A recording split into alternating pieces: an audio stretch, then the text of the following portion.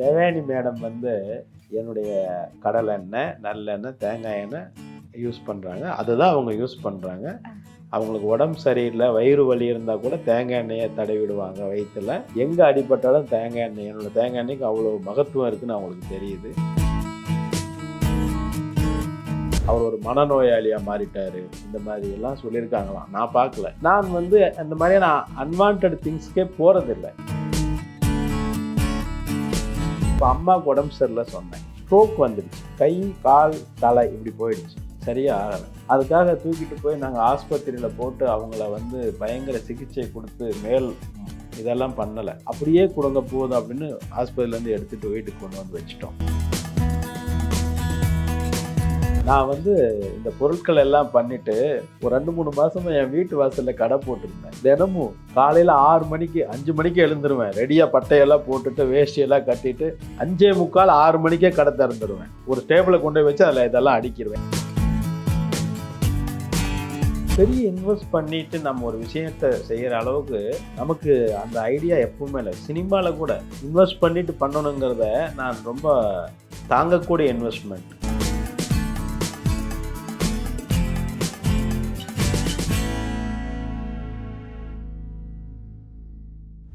Miss wow Tamil நேயர்களுக்கு வணக்கம். இந்த நேர்காணல் யார் கூட இருக்க போகுதுன்னா டைரக்டர் ராஜகுமாரன் சார். வணக்கம் சார். வணக்கம் அம்மா. எப்படி இருக்கீங்க சார்? நல்லா இருக்கேன், நல்லா இருக்கேன். எஸ், ஒரு டேரக்டராக இருந்து இப்போ நீங்கள் பிஸ்னஸ் ஸ்டார்ட் பண்ணியிருக்கீங்க. நம்ம உங்களை ஃபாலோ பண்ணிட்டு வரும்போது எப்போதுமே இயற்கை சார்ந்து தான் நீங்கள் இருந்திருக்கீங்க. எப்படி சார் ஒரு டேரக்டராக இருந்து பிஸ்னஸ் ஸ்டார்ட் பண்ணுறதோட ஆரம்பம் எங்க சார்? ஆரம்பம் வந்து பேசிக்கலி விவசாய குடும்பம் தானே. எங்களுக்கு விவசாயம் இருக்குது, விவசாயத்தில் எல்லாமே தயாராகுது, எல்லாமே மூலப்பொருட்களாக தான் தயாராகுது. ஒரு வேர்க்கடலை, ஒரு தேங்காய், ஒரு எள், ஒரு கம்பு, ராகி, சோளம், இது எல்லாமே அந்த காலங்களில் அப்படி அதை மதிப்பு கூட்டு பொருளாக பண்ணணுங்கிற ஒரு எண்ணம் இல்லை. இன்னும் சொல்லப்போனால் நாங்கள் ராகியை கொடுத்துட்டு அரிசி வாங்கிக்குவோம். அந்த மாதிரியான பண்டமாற்று முறைகளில் தான் நம்ம விவசாயம் மக்கள் இருந்தாங்க ஒரு காலத்தில். எனக்கு தெரிஞ்ச ஞாபகம் தெரிஞ்ச பணம் பெருசாக புழங்காதாங்க. மதிப்பு கூட்டு விஷயங்கள் பண்ணணும் அப்படிங்கிறத பெருவாக வரும் பொழுது நாங்களும் அதில் ஈடுபட ஆரம்பித்தோம். எங்ககிட்ட இருக்கிறத வச்சுக்கிட்டு அதை எப்படி மதிப்பு கூட்டலாம்னு. இந்த ஸ்டார்டிங் வந்து என்னோடய அம்மாவுக்கு உடம்பு சரியில்லாதனால நான் ஒரு 3 மாதம் பக்கம் நான் அங்கே இருந்தேன், தோட்டத்திலேயே இருந்தேன். அப்போ இந்த எண்ணெய்கள் தயாராகிறதும் அதை எடுத்துகிட்டு போகிறதும் நல்ல சுத்தமான எண்ணெய்கள், பியூர் செக்கிலேருந்து அப்படியே எடுத்துகிட்டு போகிறதும், நம்ம தேங்காய்களையே கூட அப்படியே வந்து எடுத்துக்கிறதும், இதெல்லாம் ஏன் அப்படின்னு எங்கே போகுது அப்படிங்கிறத கவனிக்க ஒரு நேரம் இருந்தது. அப்படி கவனித்தா அவங்க எல்லாமே அந்த ரொம்ப விலை அதிகம்தான். கொஞ்சம் பியூர் எண்ணெய்கள் வந்து சாதாரணமாக 140-150 ரூபாய்க்கு கிடைக்கிற எண்ணெய்கள் பியூராக எடுக்கும் பொழுது 500-600 ரூபாய் இருக்குது. ஆனாலும் அதை விரும்பி வாங்குகிறாங்க. ஏன் அப்படின்னா அவங்க அதை வந்து சில காஸ்மெட்டிக்ஸ் பண்ணுறாங்க. அதெல்லாம் நான் கண்டுக்கிட்டேன். அதுக்கு பியூரான விஷயங்கள் தான் வேணும். அதனால் சோப்புக்கெல்லாம் பியூர் தேங்காய் எண்ணெய் கண்டிப்பாக தேவைப்படுது. இல்லாமல் கூட பண்ணலாம். அவங்க அதை வந்து கவர்மெண்ட்டுக்கெல்லாம் செல் பண்ணுறாங்க. கவர்மெண்ட்டோட ப்ராடக்ட்ஸுகளுக்கு கவர்மெண்ட் ரீதியாக ஏதாவது ஒரு இப்போ லைப்ரரி எப்படி புஸ்தகம் போட்டோம்னா ஒரு 1000-2000 புத்தகமாக லைப்ரரி காப்பி வந்துடும், அதில் தப்பிச்சுக்கலாம் அப்படிங்கிற மாதிரி ஏதோ ஒரு ஆர்டர் பிடிச்சி வச்சுருக்காங்க. அப்போ அவங்களுக்கு பியூராக எல்லாமே தேவைப்படல, ரிஜெக்ட் ஆகிடும். அதனால் அவங்க இதெல்லாம் பண்ணுறாங்க. இதை நான் சைனா ஃபாலோ பண்ணால் நிறைய இது மாதிரி நிறைய எனக்கு ரொம்ப இன்ட்ரெஸ்டிங்காக இருந்தது. இதை அந்த மதிப்பு கூட்ட நாமளும் கொஞ்சம் தொடங்கலாம், அவர்களுடையதையும் கொஞ்சம் நம்ம வாங்கிட்டு நம்மளோட ப்ராடக்ட்டுக்குள்ளே இன்வால்வ் பண்ணிடலாம் அப்படின்னு நினச்சேன். அப்படித்தான் நம்மளுடைய இது வந்து கோகனட் ஆயில், எள் எண்ணெய், நல்லெண்ணெய், கடலை எண்ணெய், இந்த மாதிரி அப்புறம் மற்ற மால்ட்டு, இந்த விஷயங்கள் நம்மகிட்ட இருக்குது. சோப்பு மாதிரியான விஷயங்கள் நம்ம வந்து அவங்களோட இதை எடுத்துகிட்டு தான் வெளியிலேருந்து எடுத்துகிட்டு பண்ணுறோம். நாங்கள்லாம் சோப்பு வந்து நம்ம எண்ணெயை கொண்டு போய் கொடுத்துட்டு சோப்பு வாங்கிக்கிறோம். இப்பவும் அதே பண்டமாற்று முறைக்கு நாங்கள் வந்துட்டோம். இந்த மாதிரி நம்ம ப்ராடக்ட்ஸ்லாம் அங்கே தெரியுது, அதே மாதிரி நம்மளோட பேனரும் அங்கே தெரியுது. அதில் முக்கியமாக எனக்கு கேட்கணுன்னு இருக்கிறது இமையா நேச்சுரல்ஸ். உங்களோட ப்ராடக்டோட பேர் எதனால் சார் இமையான்னு பேர் வைக்கிறதுக்கான காரணம்? இனியா நேச்சுரல்ஸ் அப்படி தான் நம்ம வைக்கணும்னு நினச்சோம். இனியா சொன்னால் அப்படி ஒரு பேரில் வைக்கக்கூடாதப்பா, படித்த பொண்ணுங்க சொல்கிறாங்க. நம்ம வந்து கொஞ்சம் படிப்பு குறைவு தான், அது வந்து டிஃபெக்ட் ஆகிடும். ஒரு கம்பெனியாக இருக்கணும், அந்த கம்பெனி வந்து அதற்கு பொறுப்பேற்கணும். நீங்கள் நாளைக்கு ஏதாவது கலப்படம் பண்ணி வித்துட்டீங்கன்னா இனியா பொறுப்பேற்க வேண்டியதாக போயிடும், அது சரியாக வராது அப்படின்னு சொல்லி அவர் ஸ்ட்ரிக்டாக அப்படி வரக்கூடாது, ஒரு பேனர் வைங்க, ஒரு லோகோ பண்ணுங்க அப்படின்னு சொல்லி சொன்னால் ரைட்டாக இருந்தது அவர் சொன்னது. இமயா இமயா வந்து இமாச்சல், இமயமலை இப்படி நிறைய அதை வச்சுருக்காங்க. அதாவது ஒரு இயற்கையான சமாச்சாரம் அப்படிங்கிறது. நம்மளுடைய இமயா அப்படி இல்லை. இமயா கண்ணை இமை பாதுகாப்பது போல் உங்களை பாதுகாப்பதில் இமயா நேச்சுரல்ஸ் முதன்மையாக நிற்கும் அப்படிங்கிறது தான் இமயாவோடது. ஒரு கண்ணோட விஷயந்தான். நம்ம நீ வருவாயின மாதிரி நமக்கு கண்ணு எப்பவுமே கண்ணை விட்டு அகலாமல் இருக்கணுங்கிறதுக்காக அந்த லோகோ கூட பாருங்கள், ஒரு கண்ணோட லோகோ தான் இருக்கும், இமை. இப்போ ஒரு பிஸ்னஸ் ஸ்டார்ட் பண்ணும்போது கண்டிப்பாக ஃபேமிலிக்குள்ளே டிஸ்கஷன்ஸ் இருந்திருக்கும் இல்லையா சார்? தேவயானி மேம் கூட கண்டிப்பாக இருந்திருக்கும். எப்படி இருந்துச்சு உங்களோட பிஸ்னஸ் டிஸ்கஷன்? நீங்கள் பிஸ்னஸ் ஸ்டார்ட் பண்ண போறீங்கன்னு சொல்லும்போது அவங்க என்ன சொன்னாங்க? அவங்க ரொம்ப பிஸி, தோட்டம் வேலைகள் நான் பார்ப்பேன், அவங்க இது மாதிரி விஷயங்கள் அப்படியா அப்படின்னு கேட்டுடுவாங்க, அவ்வளோதான். ஆனால் இப்படி ஒரு பிஸ்னஸாக ஸ்டார்ட் ஆகும்போது அவங்க ரொம்ப அதிர்ச்சி அடைஞ்சாங்க. இது எப்படி பண்ண முடியும், நீங்கள் இங்கே சினிமாலாம் இருந்துட்டு நீங்கள் இது எப்படி பண்ண முடியும்னு. நான் சொன்னேன், இது ஒரு ஒரு பார்ட் ஆஃப் ஜாப் தான், அது பாட்டுக்கு நடக்கும். ஒரு இயக்குனரனால எவ்வளவோ வேலைகள் செய்ய முடியும். ஆக்டர் தான் அது மட்டுமே ஃபோக்கஸ் பண்ணுவாங்க பெரும்பாலும். அப்படி கூட சொல்ல முடியும். இப்போ நயன்தாரா மேடம் கூட ஒன்று ஏதோ பண்ணியிருக்காங்க. சினேகா மேடம் ஜவுளி கடைகள் ஏதோ பண்ணிட்டாங்க சார். அது ஒரு சின்ன ஆசை அவங்களுக்கு, ஒரு சின்ன ஒரு விருப்பம், ஒரு சின்ன விஷயம் கிடைச்சது, அதனால் அவங்க அதை பண்ணாங்க. அவங்களுடைய லைஃப் ஸ்டோரியிலிருந்து ஒன்று எடுத்து பண்ணாங்க. அவங்களுடைய கர்ச்சிப் ராணி வந்து, கைக்குட்டை ராணி வந்து அவர்களுக்கும் அவர்கள் அப்பாவுக்கும் உள்ளான ஒரு சின்ன ஒரு ஃபீலிங்ஸான விஷயம். அது அவங்க இப்படி தான் அது வருது. நான் சொன்னேன், நிறைய பண்ணுறாங்க, பண்ணிகிட்டு இருக்காங்க வெளியில், நம்மளும் ஒன்று துவங்கி பண்ணுவோம். அது ஒரு மக்களோட நம்ம கனெக்டடாக இருக்கிற ஒரு விஷயம், அவ்வளோதான். இதில் பெரிய இன்கம் வரும்னு சொல்ல முடியாது. நம்மளை நேசிக்கிறவங்களோட நம்ம தினமும் பேச முடியுமில்ல, அதுதானே சினிமா, அதுதானே மீடியா, எது இருந்தாலும். ஓகே, இப்போ பிஸ்னஸ் ஸ்டார்ட் பண்ணும்போது கண்டிப்பாக அதுக்கு பின்னாடி ரிசர்ச் தேவைப்படும் இல்லையா சார்? அதுவும் நம்ம ப்ராப்பராக இன்கம் வர மாதிரி ஒரு பிஸ்னஸ் ஸ்டார்ட் பண்ணுமோன்னு சொல்லும்போது, அதுவும் beauty products, natural products start பண்ணுறதுக்கு ரிசர்ச் கண்டிப்பாக தேவைப்பட்டிருக்கும். உங்களோட ரிசர்ச் எப்படிப்பட்டதாக இருந்திருக்கு? யார் கூட பேசி என்ன மாதிரி ரிசர்ச்சாக இருந்திருக்கு சார்? ஆமாம், ரிசர்ச்சுங்கிறது நம்மளதெல்லாம் சாதாரண பொருட்கள் தான், சாப்பிட்டு பார்த்துட்டு முடிவு பண்ண வேண்டியதான். சில விஷயங்கள் இருந்தால் நான் சாப்பிடுவேன், ஃபஸ்ட்டு சாப்பிட்டு எனக்கு பிடிச்சிருந்தது, எனக்கு எதுவும் பண்ணலை அப்படின்னா அதை நான் அக்செப்ட் பண்ணுறேன், இவ்வளோதான் விஷயம். யூஸ் பண்ணவங்க நிறைய நல்ல ஃபீட்பேக் கொடுக்குறாங்க. அதாவது இப்போ அம்மாவுக்கு உடம்பு சரியில்லை சொன்னேன், ஸ்ட்ரோக் வந்துடுச்சு, கை கால் தலை இப்படி போயிடுச்சு, சரியாக ஆகலை, இப்படி ஆயிடுச்சு. அதுக்காக தூக்கிட்டு போய் நாங்கள் ஆஸ்பத்திரியில் போட்டு அவங்கள வந்து பயங்கர சிகிச்சை கொடுத்து இதெல்லாம் பண்ணலை. அப்படியே கொடுங்க போதும் அப்படின்னு ஆஸ்பத்திரியிலேருந்து எடுத்துகிட்டு வீட்டுக்கு கொண்டு வந்து வச்சிட்டோம். நான் சொன்னேன், டாக்டர் சொன்னார், இது கோயம்புத்தூர் போனீங்கன்னா கொஞ்சம் சரியாயிடும்னு. நான் இந்த அம்மாவை தயார் பண்ணி வர்ற ஏசியான் கேம்பில் விட்டு தங்கப்பதக்கம் வாங்குற ஐடியா எனக்கு கிடையாது சார், அவங்க அப்படியே இருந்தாங்கன்னாவே போதும் அப்படி சொல்லி கூட்டிகிட்டு வந்துட்டு வீட்டில் தான் வச்சுட்டு, நல்ல கரெக்டான சாப்பாடு, சரியான நேரத்தில் சாப்பாடு, சரியான கவனிப்பு, தேவையான அளவு மட்டும், ஒரு பெயின் இருந்தால் அதுக்கு ஒரு மாத்திரை, தேவையான சளி பிடிச்சா அதுக்கு ஒரு மாத்திரை, அப்படி சும்மா லிமிட்டடு டேப்லெட்ஸ் மட்டும் கொடுத்துக்கிட்டு இதுக்கான எந்த இதுவும் பண்ணாமல் ஒரு மாதத்தில் அவங்க கழுத்து நேரம் ஆகிடுச்சு, கை சரியாக வந்துடுச்சு, இப்போ நடக்கிறாங்க தன்னால். நல்ல சாப்பாடு, நல்ல உண்மையான உணவு, உண்மையான இயற்கையான விஷயங்கள் கொடுத்தா உடம்பு ஏற்றுக்கும், அது ரெடி ஆகிடும். நீங்கள் கெமிக்கலான விஷயங்கள் உள்ளுக்குள்ளே கொடுக்கும்போது கூட நான் தெளிவாக திட்டவட்டமாக சொல்லுவேன், நோய்கள் மனிதனை கொல்வதில்லை, அளவுக்கு மிஞ்சிய மருந்துகள் தான் கொள்கின்றன. நோயை உடம்பு பார்த்துக்கும். ரஜினி சார் சொல்கிற மாதிரி, நான் இறைவா என் பகைவர்களை நான் கவனித்துக் கொள்கிறேன், நண்பர்களிடமிருந்து காப்பாற்று, அந்த மாதிரி நோய் வந்து உடம்புக்கு தெரியும் எந்த நோய்க்கு என்ன பண்ணனா சரி பண்ண முடியும்னு. அது கொஞ்சம் டைம் எடுத்துக்கும், நம்ம விட்டு கொடுத்தோம்னா உடம்பு எல்லாவற்றையும் க்யூர் பண்ணிடும். உடம்பால் க்யூர் பண்ண முடியாதுங்கிற நோய் இல்லவே இல்லை. ப்ரெஷர் ஒன்றை தவிர, ப்ரெஷர் தான் உடம்பால் ஜட்ஜ் பண்ண முடியாத ஒரு நோய். ஏன்னா எப்போ வரும்னு தெரியாது, உடம்பு சுதாரிக்கிறதுக்குள்ளே அது ஏதாவது விளைவை ஏற்படுத்திடும். மற்றது எல்லாத்தையும் உடம்பு பார்த்துக்கும். அதுக்கு காரணம் உடம்பு இயற்கையோட சம்மந்தப்பட்டது. நம்ம இயற்கையான அந்த சாப்பாடுகள், அது இது எல்லாவற்றையும். ஏன் கெமிக்கலைஸ்டான விஷயங்கள் உடம்புக்கு சமயத்தில் ஒவ்வாமல் ஆயிடுதுன்னா, அதுக்கு உடம்பு பழக்கப்படலை. கொஞ்சம் அதிகப்படியான கெமிக்கல்ஸ் வரும்பொழுது உடம்பு நிறுத்திக்கும் தன்னோட வேலையை. வேண்டாம், இது கூட நம்ம மோத முடியாது, அது வேலையை செய்யட்டும், அப்புறம் பார்த்துக்கலான்ட்டு அது விலகிக்கும். அப்போ தான் மருந்து அதிகமான தாக்கத்தை உடம்புல ஏற்படுத்துறது. முதல்ல உங்களோட பிசினஸ் நீங்க உங்களோட ஃப்ரெண்ட்ஸுக்கு குடுத்து அந்த மாதிரி தான் இருந்திருக்குன்னு நீங்க சொல்லியிருக்கீங்க. ஆனா இது எப்ப நம்ம ப்ராப்பரா பிசினஸ்க்கு கன்வெர்ட் பண்ணலாம்னு நீங்க யோசிச்சு எடுத்த முடிவு எப்பவா இருந்துச்சு சார்? நான் வந்து இந்த பொருட்கள் எல்லாம் பண்ணிட்டு ஒரு 2-3 மாசமா என் வீட்டு வாசல்ல கடை போட்டிருந்தேன். இங்கேயா சார்? தினமும் காலையில 6 மணிக்கு 5 மணிக்கு எழுந்துருவேன். ரெடியா பட்டையெல்லாம் போட்டுட்டு வேஷ்டியெல்லாம் கட்டிட்டு 5:45 6 மணிக்கே கடை திறந்துருவேன். ஒரு ஸ்டேபிளை கொண்டு போய் வச்சு அதில் இதெல்லாம் அடுக்கிடுவேன். ஏன்னா இங்கே 200-300 பேர் காலை நேரத்தில் வாக்கிங் போவாங்க தினமும். பெரிய ஒரு வாக்கிங் கிரவுண்டு நம்மளுடைய வாசல். எல்லாரும் பார்த்துட்டே போவாங்க. எல்லாரும் ஆரோக்கியத்தை தேடி தானே போகிறாங்க. நாமளும் நமது சொத்து ஆரோக்கியம் அப்படி தானே சொல்கிறோம் அப்படின்ட்டு அந்த பேனர்லாம் வச்சுக்கிட்டு நிற்பேன்.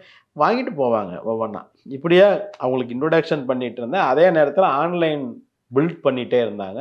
ஒரு 3 மாதம் ஆச்சு ஆன்லைன் பில்ட் பண்ணுறதுக்கு. அப்புறம் ஆன்லைன் ஸ்டார்டடுன்னு பேனர் வச்சுட்டு 1 மாதம் வச்சுட்டு இருந்தேன். அதுக்கப்புறம் கடையை நம்ம தூக்கிட்டோம். ஆன்லைன் ஸ்டார்டடுங்கிற பேனர் மட்டும் இருக்கும். இப்படியே அது பில்டப் பண்ணிட்டு வந்தது. பண்ணிட்டு இருக்கோம். லாபம் பத்தி பேசும்போது கண்டிப்பா ஒரு பிசினஸ் ஸ்டார்ட் பண்ணும்போது நமக்கு இன்வெஸ்ட்மெண்ட் தேவைப்பட்டிருக்கும் இல்லையா சார்? அப்ப நம்ம ப்ராடக்ட்டும் அந்த மாதிரி இன்வெஸ்ட்மெண்ட் இருந்திருக்கா? இப்போ தோட்டம் இருக்கிறதுனால மட்டும் அல்ல, பெரிய இன்வெஸ்ட் பண்ணிட்டு நம்ம ஒரு விஷயத்தை செய்கிற அளவுக்கு நமக்கு அந்த ஐடியா எப்பவுமே இல்லை. சினிமாவில் கூட இன்வெஸ்ட் பண்ணிட்டு பண்ணணுங்கிறத நான் ரொம்ப தாங்கக்கூடிய இன்வெஸ்ட்மெண்ட். இப்போ நாங்கள் சொந்த படம் கூட எடுத்திருக்கிறோம். அதிகபட்சம் முரளிங்கிற ஒரு நடிகரை வச்சு நாங்கள் பண்ணோம். ஒரு 20 ரூபா சம்பளம் அவருக்கு அப்படிங்கிற அந்த கேட்டகரியில் ஃபைனான்சியர் சொல்லும் பொழுது அதை நாங்கள் அக்செப்ட் பண்ணிட்டு பண்ணணும். அதற்கு மேலே நம்ம ஒரு இன்வெஸ்ட் பண்ணும் பொழுது அதனுடைய பாதிப்பு நமக்கு வந்துடக்கூடாது. இது என்னுடைய இதுக்கு ஒன்றும் இன்வெஸ்ட்மெண்ட் ஒன்றே இல்லை. ரொம்ப சின்ன இன்வெஸ்ட்மெண்ட்டாக இருக்குது. அதிகபட்சம் போனால் ஒரு 1 லட்சத்துக்குள்ளே இருக்கும் இன்வெஸ்ட்மெண்ட். அதை நான் செய்யணும் தானே, அது கூட செய்ய முடியாமல் எப்படி? எல்லா வேலையுமே நீங்க தான் தனியா பார்த்து பண்றீங்கன்னு சொன்னீங்க. இது இல்லாமலும் உங்களுக்கு வேலை இருக்கும். எப்படி சார் இது எல்லாமே தனியா ஹேண்டில் பண்றீங்க? நைட்டு நான் 2 மணி வரைக்கும் இந்த வேலைகள் பண்ணுறேன். இப்போ கூட மேலே நான் ஒரு 4-5 பார்சல் ரெடி பண்ணி வச்சுருக்கிறேன். 10 மணிக்கு மேலே போய் உட்காந்து மற்ற வேலைகள் பகலில் பார்க்குறேன். அங்கே போகிறேன், இங்கே வரேன், எல்லாம் செய்கிறேன். இது ஒரு நம்மளை இயங்கிக்கிட்டே இருக்கிறதுக்கான ஒரு நல்ல விஷயமாக தான் அதை நான் பார்க்குறேன்.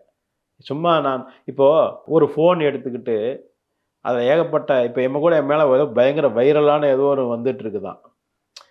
என்னவோ ஒரு படம் பற்றி தப்பாக சொல்லிட்டேன் அது இதுன்னு சொல்லி. நான் எப்பவும் தப்பாக எதையும் சொல்கிறது இல்லை, ரொம்ப பாசிட்டிவாக தான் சொல்லுவேன். அதை என்னுடைய ப்ரெசன்டேஷனில் சொல்லுவேன். நான் எப்படி சொல்லுவேனோ அப்படி தான் சொல்லுவேன். ஃபோன் எடுத்துகிட்டு அது இது பார்க்குறதுக்கு எனக்கு டைம் இல்லை. அப்படியே ஃபோன் எடுத்தோன்னா என்னோடய கஸ்டமர்ஸ் என்ன சொல்லியிருக்காங்க, என்ன ஃபீட்பேக் கொடுத்துருக்காங்க, யாருக்கு ஆர்டர் தேவைப்படுது, இது ஆக ஒரு பயனுள்ளதாக நான் அந்த மொபைல் ஆக்கியிருக்கிறேன் இல்லைங்களா? இதை புரிஞ்சுக்கணும். டைமே இல்லாமல் எடுத்துக்கிட்டு அப்புறம் சில பேர் எனக்கு பயங்கர கமெண்ட்ஸ் போட்டிருக்காங்களா இந்த படம் சம்மந்தப்பட்ட விஷயம் சொல்லி. அவர் ஒரு மனநோயாளியாக மாறிட்டார், இந்த மாதிரி எல்லாம் சொல்லியிருக்காங்களாம். நான் பார்க்கல. நான் அந்த மாதிரியான அன்வான்ட் திங்ஸ்க்கே போகிறதில்லை. எனக்கு இதுக்கே நேரம், என்னுடைய நேரத்தை இவ்வளோ பயனுள்ளதாக என்னுடைய கஸ்டமர்ஸுகளோட எனக்கு விரும்பினவங்களோட நான் செலவழிக்கவே எனக்கு டைம் சரியாக இருக்குது. பார்த்தீங்களா, 2 மணி வரைக்கும் நான் பேக்கிங் பண்ணியிருக்கிறேன்னா காலையில் கொடுக்கறதுக்கு எனக்கு வேணும். கண்டிப்பாக. இந்த ப்ராடக்ட் நம்ம இனியா, பிரியங்கா அவங்கெல்லாம் யூஸ் பண்ணி பார்த்தாங்களா? தேவயானி மேம் யூஸ் பண்ணி பார்த்தாங்களா? என்ன சொன்னாங்க? ஏதாச்சும் ஒரு ப்ராடக்ட் ரிவ்யூ கொடுத்தாங்களா? இல்லை பிஸ்னஸ் டிப் அந்த மாதிரி ஏதாச்சும் கொடுத்தாங்களா? ஆமாம், எல்லாருக்கும் நான் கொடுத்துட்டு தான் இருக்கேன். அவங்களுக்கு உண்டானது ஊறுகாயெல்லாம் இனியா ரொம்ப விரும்பி சாப்பிட்றா.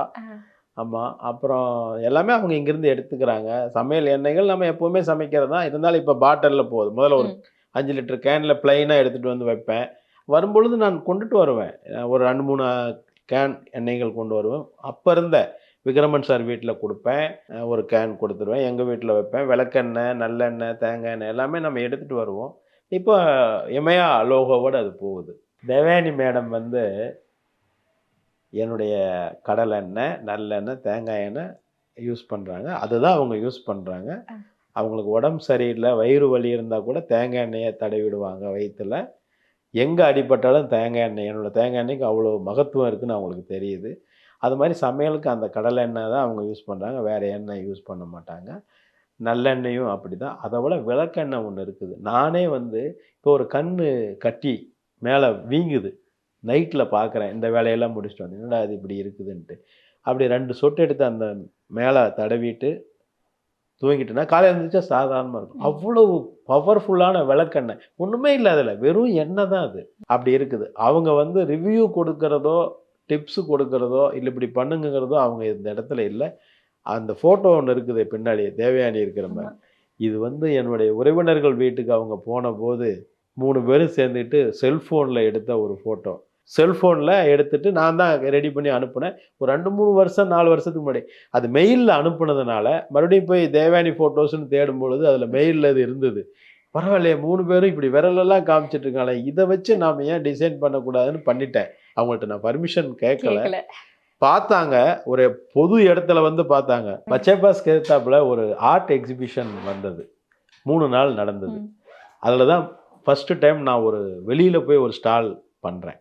எனக்கு கொடுத்தாங்க ஒரு ஸ்டால். சரி நான் பண்ணுறேன். சரி வெளியில் ஒரு பொதுமக்கள் மத்தியில் போடும்பொழுது நமக்கு பொறுப்போட கரெக்டாக இருக்கணுமேன்ட்டு தேவயானியோட இந்த ஃபோட்டோவெல்லாம் டிசைன் பண்ணி அதுக்கு தேவயானி சீஃப் கெஸ்ட்டு. அவங்க வந்து விளக்கு இதெல்லாம் பண்ணிட்டு நல்லா ஒரு கடையாக பார்த்துட்டு வரும்போது பார்த்தா அங்கே எனக்கும் ஒரு கடை இருக்குது. ஷாக் ஆகிட்டாங்க. நமக்கு ஒரு கடையா இங்கே அப்படின்னு பார்த்தா அதில் இப்படி நான் வச்சுட்டு இருக்கிறத பார்த்தா அவங்களுக்கு சிரிப்பு வந்துடுச்சு. நம்மளை வச்சு ஒரு ஒரு விளம்பரம் பண்ணிட்டு இப்படி ஒரு கடை பண்ணிட்டாருன்ட்டு அப்படியே ரசிச்சுட்டே அப்படியே கடைக்கு வரல. என்கிட்ட வர பார்த்தாங்க. நான் சொன்னேன் என் கடையில் டைம் வேஸ்ட் பண்ணோட நிறைய பேர் நீங்கள் வருவீங்கன்னு வெயிட் பண்ணுறாங்க, ப்ளீஸ் போங்க அப்படின்னு ஒரு குழந்தையோட கையை பிடிச்சி அவங்க குழந்தை எல்லாருமே ஆர்ட்டு பெயிண்ட் வரைகிறவங்களோட எக்ஸிபிஷன் தான்.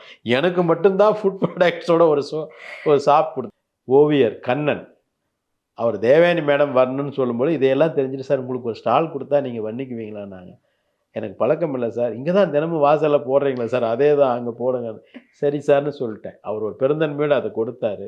அப்படி தான் இந்த லோகோவும் இந்த லோகோவை இவங்க காட்டுற போட்டோவோ அதற்காக தான் தயார் பண்ணேன். இல்லைன்னா எனக்கு அது தேவையே படாது. இப்போ கூட பாருங்கள், இதை வெளியில் நான் கொண்டு போய் காட்ட போகிறது இல்லைல்ல. Super sir. இப்போ நம்ம ஒரு பிஸ்னஸ் ஸ்டார்ட் பண்ணும்போது கண்டிப்பாக எல்லாத்துக்குமே நம்ம ரெடியாக இருக்கணும். இப்போ நீங்கள் இன்கம்காக ஸ்டார்ட் பண்ணலன்னு சொன்னாலும் அதுக்கு வர சக்ஸஸாக இருந்தாலும் லாஸாக இருந்தாலும் எல்லாமே நம்ம கரெக்டாக ஹேண்டில் பண்ணணும்.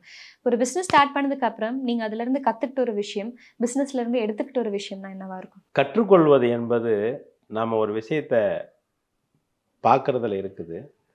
பொதுவாக இது வந்து நான் இந்த பிஸ்னஸ் இந்த ப்ராடக்டோட விஷயங்கள் வந்து நிறைய பேர் செஞ்சிட்ருக்காங்க. நண்பர்கள் கூட செய்கிறாங்க தான், பார்த்துட்டு தானே இருக்கோம். அது இல்லை, ஒரு இயக்குனராக நாம் ஒரு டிசைன் பண்ணணும். ஒரு வேலையை எங்கேருந்து ஸ்டார்ட் பண்ணி எங்கே போகிறது, அது நமக்கு ரொம்ப தனிப்பட்ட பாடு. நான் ஒரே நேரத்தில் ஒரு 5-10 வேலைகள் கூட செய்வேன், என்னால் முடியும். அதற்கு நம்ம ப்ராக்டிஸ் ஆகிருக்கிறோம். கொஞ்சம் நஞ்சம் ஒரு 15 வருடங்களுக்கு மேலே ப்ராக்டிஸ் ஆகிருக்கு. ஒரு இயக்குனர் என்கிறவர் ஒரு வேலை தான் பார்ப்பார், ஒரு விஷயந்தான் செய்வார் அப்படிங்கிறது இல்லை. ஏன்னா அவருக்கு அங்கே ஒன்று நடந்துகிட்ருக்கும், அங்கே செட்டு நடந்துகிட்ருக்கும், இங்கே மியூசிக் நடந்துகிட்ருக்கும், இன்னொரு இடத்துல எல்லாவற்றையும் ஒரு நேர்கோட்டில் கொண்டு வந்து மேனேஜ் பண்ணக்கூடியவர். அது மாதிரி தான் அந்த ப்ராக்டிஸ் தான் இதெல்லாம். இது இப்போ நான் பண்ணிகிட்ருக்கிறேன். ஒரு பக்கம் ப்ராடக்ட்டு செம்மையமாக ரெடி ஆகிட்டு இருக்கும், ஒரு பக்கம் பிரிண்டிங் ஆகிட்டு இருக்கும், லோகோ இதெல்லாம். இது இப்படி தான் எல்லாவற்றையும் மேனேஜ் பண்ண. இன்னும் ஒரு முக்கியமான அழகான விஷயம் சொல்கிறேன். இதில் இருக்கிற பெரும்பாலான டிசைன்கள் என் கையால் நானே பண்ணது தான். அதுக்கும் நான் நேரம் எடுத்துக்கிறேன். அதெல்லாமே எனக்கு சினிமாவில் நான் படித்தது தான். ஒரு டிசைன் பண்ணிக்கலாம், ஒரு லெட்டர் எழுதிக்கலாம். பெரும்பாலான டிசைன்கள் நானே என் கையால் வரைஞ்சது செஞ்சது தான். லோகோ ஒரு நண்பர்கள் செஞ்சு கொடுத்தாங்க, மற்றது சில ப்ராடக்ட்டுக்கு பண்ணி கொடுத்துருக்காங்க. அப்புறம் அர்ஜென்ட்டுக்கு அவசரத்துக்கு நானே அதை பண்ணுவேன், நானே அதை நீட்டுவேன், சுருக்குவேன், இதெல்லாமே செய்வேன். நீங்கள் சொன்ன மாதிரி இப்போ டேரக்டராக இருக்கிறதுனாலே உங்கள் மேலே முன்னாடி இப்போ இவ்வளோ வருஷம் இண்டஸ்ட்ரியில் இருக்கிறதுனால ஒரு நம்பிக்கை ஆல்ரெடி க்ரியேட் ஆகிருக்கும். அதனாலே நம்ம ஒரு பிஸ்னஸ் ஸ்டார்ட் பண்ணுறோன்னா அதுலேயும் அந்த நம்பிக்கை தானாகவே வந்துடும்ல சார், அதை நீங்கள் எப்படி பார்க்குறீங்க?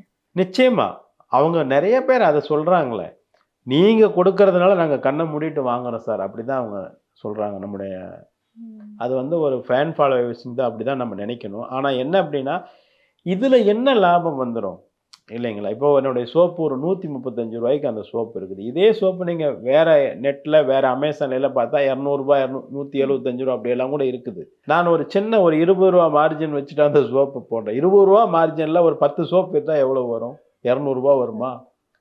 இது ஒரு பணம் சம்பாதிக்கிறதுக்கான விஷயம் இல்லை. அதே தான் சினிமாவும் கூட. சமீபத்தில் கூட ஒரு நான் 40 வருஷத்தில் 40 லட்சம் கூட சம்பாதிக்கலன்னு ஒரு ஸ்டேட்மெண்ட் கொடுத்து அதை எல்லாரும் என்னையா இப்படி சொல்லிட்டேன் நீ அப்படின்னு நினச்சேன்.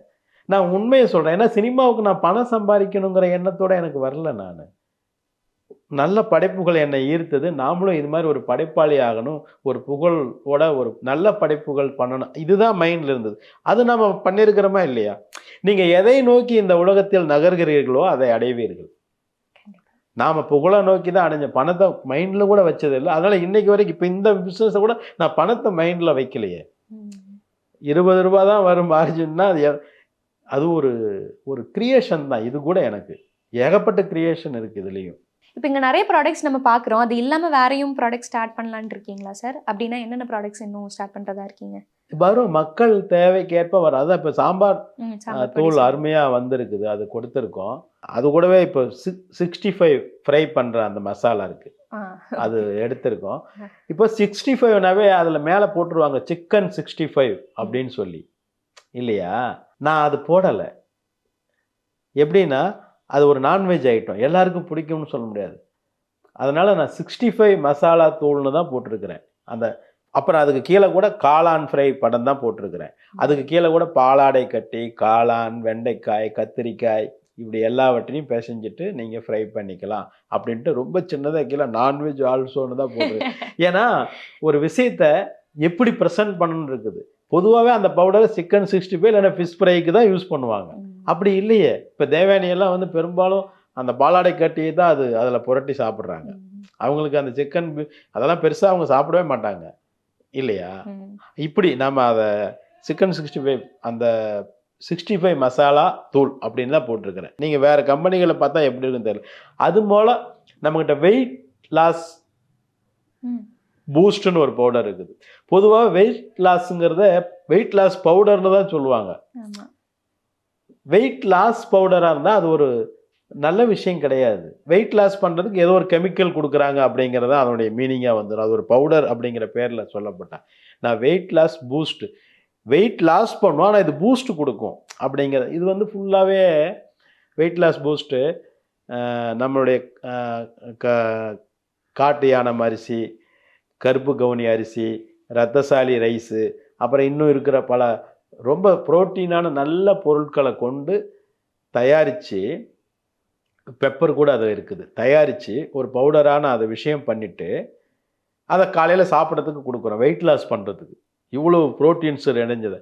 அது என்னென்னா ஒரு கப்பு நீங்கள் சாப்பிட்ட பிறகு 2 மணி நேரம் கழித்து நீங்கள் டீ காஃபிக்கு பதிலாக சாப்பிட்ட பிறகு 2 மணி நேரம் கழித்து நீங்கள் ஒரு இட்லி சாப்பிட போய் உட்காரும்போது 5 இட்லியை லபக்குன்னு முழுங்கிறதுக்கு பதிலாக ஒரு 2 இட்லி போதும் அப்படின்னு எழுந்துச்சிருவீங்க. உணவை குறைக்கும். அது உணவை குறைச்சிட்டு வந்து உணவு அதை குறைச்சாவே வெயிட் லாஸ் ஆயிடும். எனர்ஜியோடவும் இருக்கும். அதுதான் பூஸ்ட். ஒரு பொருளை நம்ம எப்படி அதை சொல்கிறோம்ங்கிறத பொறுத்து வெயிட் லாஸ் பூஸ்ட். உணவை குறைக்கும் ஆனால் எனர்ஜியை வச்சுருக்கும்.